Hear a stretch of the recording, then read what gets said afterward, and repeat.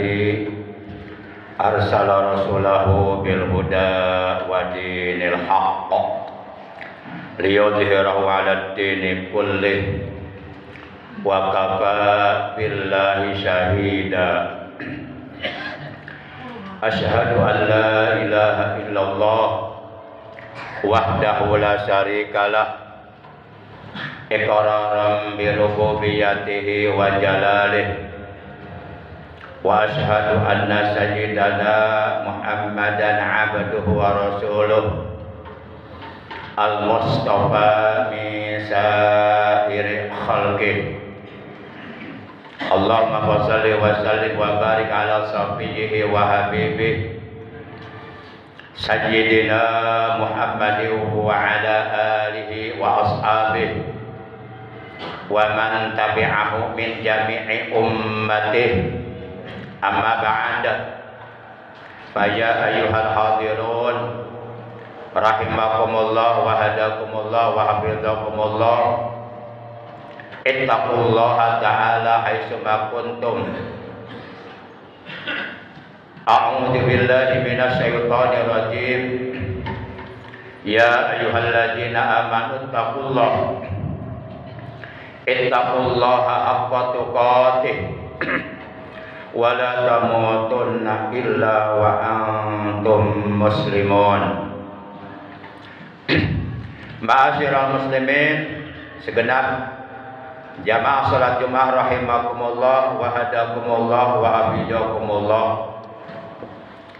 Segala puji bagi Allah, salawat dan salam semoga tetap dilimpahkan selalu atas panutan kita yang mulia paduka alam baginda tercinta Nabi Agung Nabi besar Muhammad sallallahu alaihi wasallam beserta seluruh keluarga beliau, para sahabat beliau dan seluruh pengikut beliau. Tentunya pengikut beliau yang tetap setia, yang tetap cinta kepada beliau, juga tetap istiqomah menjalankan segala perintah beliau serta menjauhi larangan-larangan beliau dan menghidupkan serta mengamalkan sunnah-sunnah beliau. Ma'asyiral muslimin rahimakumullah wa hadakumullah wa hafizakumullah.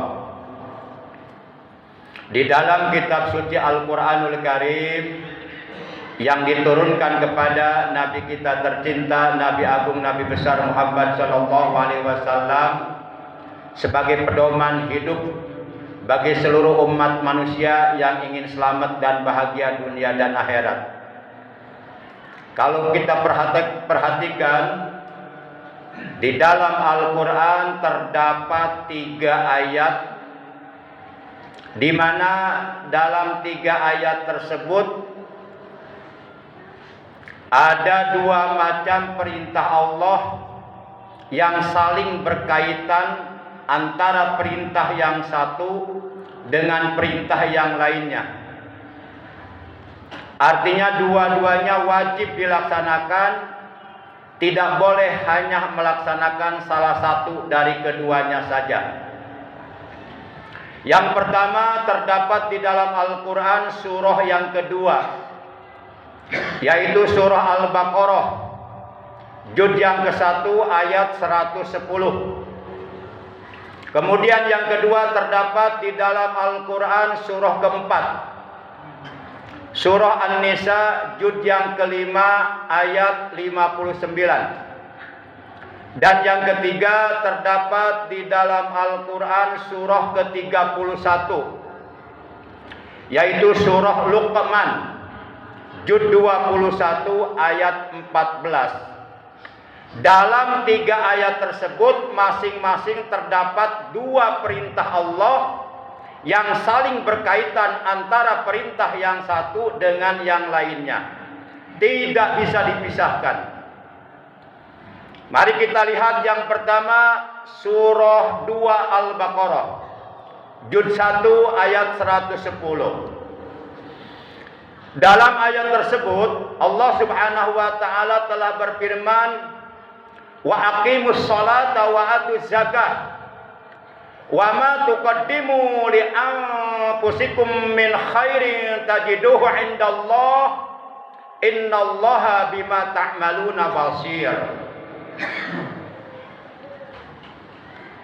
Kata Allah dalam ayat ini, dan dirikan olehmu sholat dan tunaikan zakat.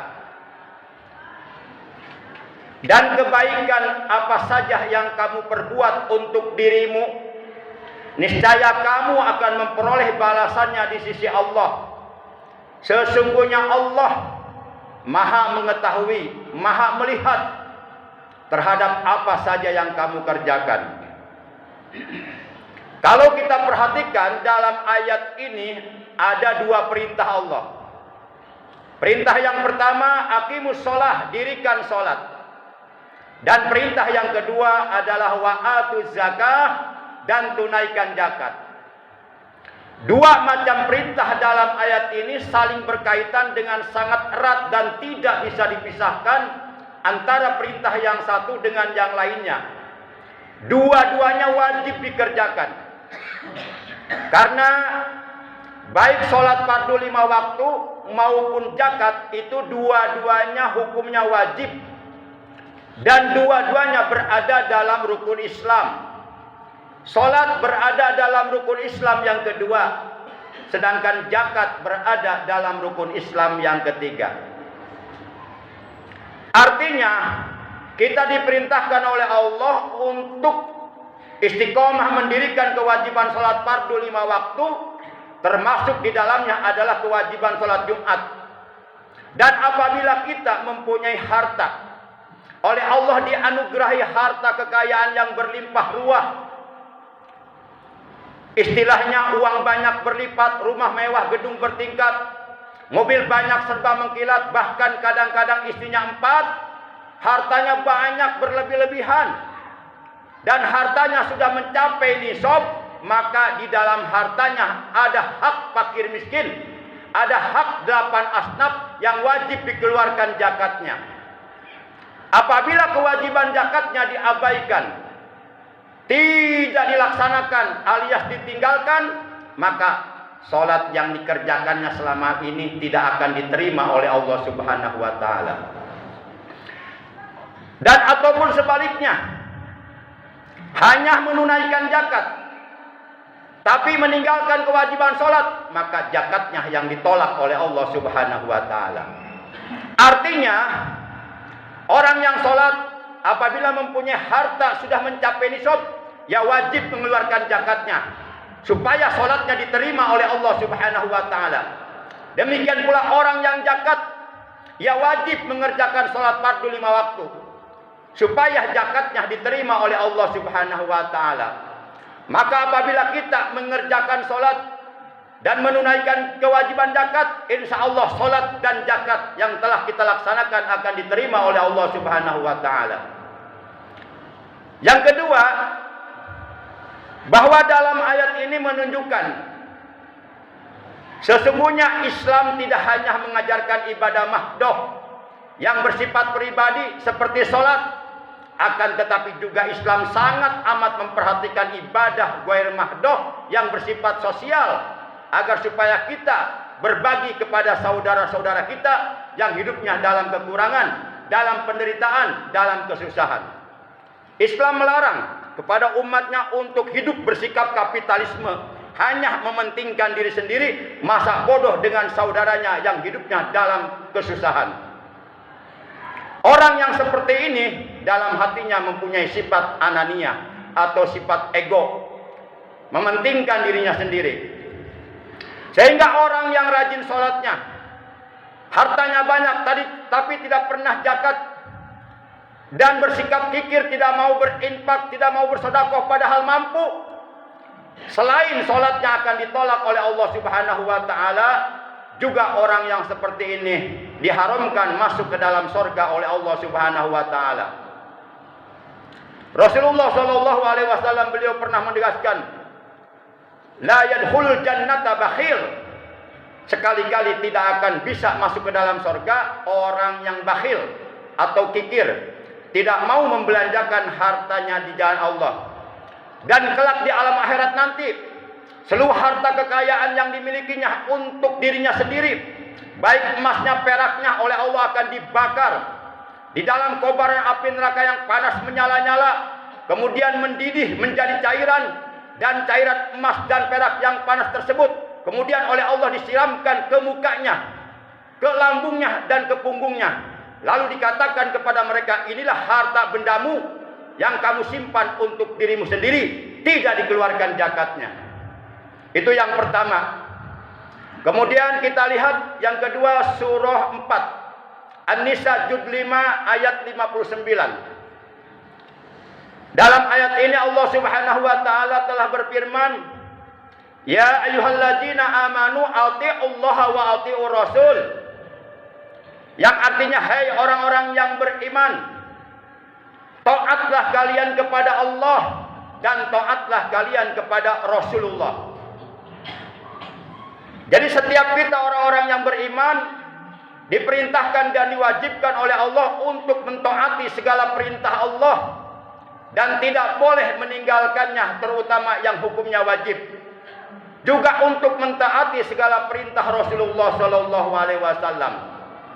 Orang yang hanya taat menjalankan perintah Allah tapi mengabaikan perintah Rasulullah, maka ketaatannya kepada Allah oleh Allah akan ditolak, tidak diterima. Atau sebaliknya, hanya taat menjalankan perintah Rasulullah namun mengabaikan perintah-perintah Allah, maka ketaatannya kepada Rasulullah juga tidak akan diterima oleh Allah Subhanahu wa taala. Jadi dua-duanya wajib dilaksanakan. Taat kepada Allah dan taat kepada Rasulullah sallallahu alaihi wasallam. Itulah kewajiban setiap orang-orang yang beriman. Kemudian kita lihat yang ketiga, terdapat dalam Al-Qur'an surah 31, surah Luqman juz 21 ayat yang ke-14. Dalam ayat tersebut Allah berfirman, wa wassaynal insana biwalidayhi hamalathu ummuhu wahnan ala wahni wa fisaluhu fi amain anishkurni wa liwalidayk ilayyal masir. Kata Allah dalam ayat ini, kami telah perintahkan kepada umat manusia berbuat baik atau berbakti kepada kedua orang tuanya, kepada ibu bapaknya. Ibunya telah mengandungnya dalam keadaan payah yang bertambah-tambah payahnya selama 9 bulan. Dan bersyukurlah kamu kepadaku, kata Allah, wali walidaika, dan kepada kedua orang tuamu. Dalam ayat ini juga ada dua perintah Allah yang saling berkaitan antara perintah yang satu dengan yang lainnya. Tidak boleh ditinggalkan salah satunya, namun keduanya wajib dilaksanakan. Yang pertama, anishkurli, bersyukurlah kamu kepadaku. Kita diperintahkan oleh Allah untuk selalu bersyukur kepada Allah Subhanahu wa taala. Sekecil apapun nikmat yang telah Allah berikan kepada kita, kita wajib mensyukurinya. Dan orang yang hatinya selalu bersyukur, itulah yang sebenarnya orang kaya. Karena orang yang kaya itu tidak pernah hidupnya merasa kurang, selalu merasa bersyukur kepada Allah, tidak pernah mengeluh kepada Allah, tetap istiqomah menjalankan perintah Allah dan selalu berusaha semaksimal mungkin, seoptimal mungkin untuk memanifestasikan, membuktikan rasa syukurnya kepada Allah dengan menggunakan seluruh nikmat-nikmat dari Allah, baik nikmat sehat badan, nikmat umur, nikmat harta, digunakannya di jalan Allah yang diridhai oleh Allah, dan tidak berani menggunakan nikmat Allah untuk berbuat durhaka kepada Allah. Karena barang siapa yang menggunakan nikmat dari Allah, dikasih sehat badannya tapi digunakan untuk berbuat dosa kepada Allah, dikasih harta oleh Allah tapi digunakan untuk berbuat maksiat kepada Allah, tidak mau membelanjakan hartanya di Allah, maka orang yang seperti ini diancam oleh Allah di akhirat nanti akan mendapatkan azab yang sangat amat pedih. Sebagaimana firman Allah dalam Al-Quran surah Ibrahim ayat 7, Allah menegaskan, La in syakartum la azidannakum wa la in kafartum inna adzabi lasadid. Dan jika kalian bersyukur kepadaku atas nikmat yang aku berikan kepada kalian, niscaya aku akan menambahkan nikmat itu lebih banyak lagi nanti di dalam surga. Dan sebaliknya jika kalian kufur menggunakan nikmat dariku untuk berbuat dosa kepadaku, inna adzabi lasadid. Sesungguhnya azabku sangat amat pedih di akhirat nanti. Selain kita diperintahkan untuk bersyukur kepada Allah, juga kita diperintahkan untuk berterima kasih kepada kedua orang tua. Karena kita bisa menjadi besar, bisa menjadi manusia yang bermanfaat, berguna untuk orang lain, untuk bangsa dan negara. Itu jangan lupa jasa orang tua. Ketika ibu kita mengandung selama 9 bulan dalam keadaan susah payah, berat, tidak mau makan, susah tidur, kemudian melahirkan taruhannya nyawa. Kemudian kita dirawat dari semenjak bayi dengan penuh kasih sayang sampai besar, disekolahkan, dikuliahkan, dipesantrenkan. Akhirnya kita menjadi manusia yang berguna. Itu semuanya tidak lepas dari jasa orang tua. Maka Allah sangat amat murka kepada anak yang durhaka kepada orang tuanya. Walaupun ia ahli ibadah, ahli sholat, tapi kalau tidak mendapatkan ridho orang tuanya, menyakiti hati orang tuanya, maka ia diharamkan oleh Allah masuk surga dan wajib masuk neraka. Kenapa? Karena Allah sudah menitipkan ridhonya kepada kedua orang tuanya. Demikian pula Allah titipkan ridhonya, kemurkaannya kepada kedua orang tuanya. Artinya Allah akan ridho kepada kita manakala kedua orang tua kita pun ridho kepada kita. Dan Allah akan murka kepada kita manakala kedua orang tua kita murka kepada kita. Itulah 3 macam ayat yang di dalamnya masing-masing ada 2 perintah yang saling berkaitan antara perintah yang satu dengan yang lainnya. Tidak bisa dipisahkan. Yang pertama, dirikan sholat dan tunaikan zakat. Yang kedua, taatlah kalian kepada Allah dan taatlah kalian kepada Rasulullah. Dan yang ketiga, bersyukurlah kalian kepada Allah dan bersyukurlah atau berterima kasihlah atau berbuat baiklah kalian kepada kedua orang tua kita. A'udzubillahi minasyaitonir rajim. Innal ladzina amanu wa 'amilus solihati ulaika hum khairul bariyah. Jazaa'uhum 'inda rabbihim jannatu 'adnin tajri min tahtihal anharu khalidina fiha abada. Radhiyallahu anhum wa radu an. Dzalika liman khasya rabbah. Sesungguhnya orang-orang yang beriman dan beramal soleh, merekalah sebaik-baiknya makhluk di kolong langit. Balasan bagi mereka dari Tuhan mereka adalah sorga-sorga yang mengalir di bawahnya sungai-sungai. Allah ridho kepada mereka dan mereka pun senang bertemu dengan Allah. Itulah balasan dari Tuhannya bagi orang-orang yang takut kepada Tuhannya. Barakallahu li wa lakum bil ayati wa dzikril hakim wa taqabbala minni wa minkum tilawatahu innahu huwas samiul alim. Aqulu qouli hadza wa astaghfirullah li wa lakum wa li sairil muslimina wal muslimat wal mu'minina wal mu'minati fastaghfiruhu innahu huwal ghafurur rahim.